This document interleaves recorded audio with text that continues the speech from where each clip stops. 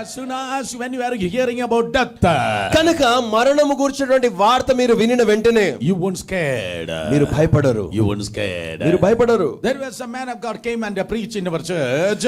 మా సంఘంలో ఒక దైవజనుడు వచ్చి ఈ వాక్యం చెప్పాడు. Whenever he preached about death.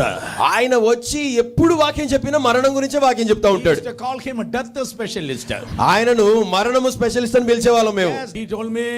ఆయన నాతో అన్నాడు, Before I came to Jesus, నేను యేసయ్యను అంగీకరించక ముందు I was very much fear about death.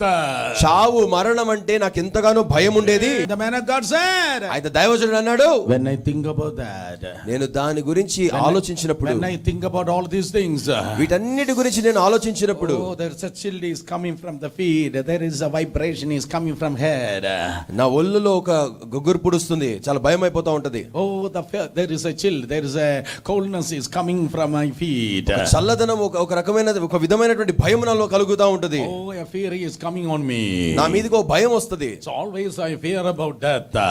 కనుక దాని గురించి ఎప్పుడు కూడా నాలో ఒక భయం ఉండేది. Jesus came to my heart. కానీ ఎప్పుడైతే యేసు నాలో వచ్చాడో, I become the child of God. నేను ఎప్పుడైతే దేవుని బిడ్డగా మార్చబడ్డానో, But when my name has written not in Aadhaar card or in a ration card but in the book of life. నా పేరు ఆధార్ కార్డులోనో రేషన్ కార్డులోనో కాదు గాని ఆ జీవ గ్రంథములో ఎప్పుడైతే రాయబడిందో, Every fear melt away phones forever. నాలో ఉన్నటువంటి ప్రతి విధమైనటువంటి భయము అది కరిగిపోయింది. Now I'm not fearing about death. ఇప్పుడు నాకు మరణము చావు అంటే భయం లేదు. I'm having hope. నాకు నిరీక్షణ ఉంది.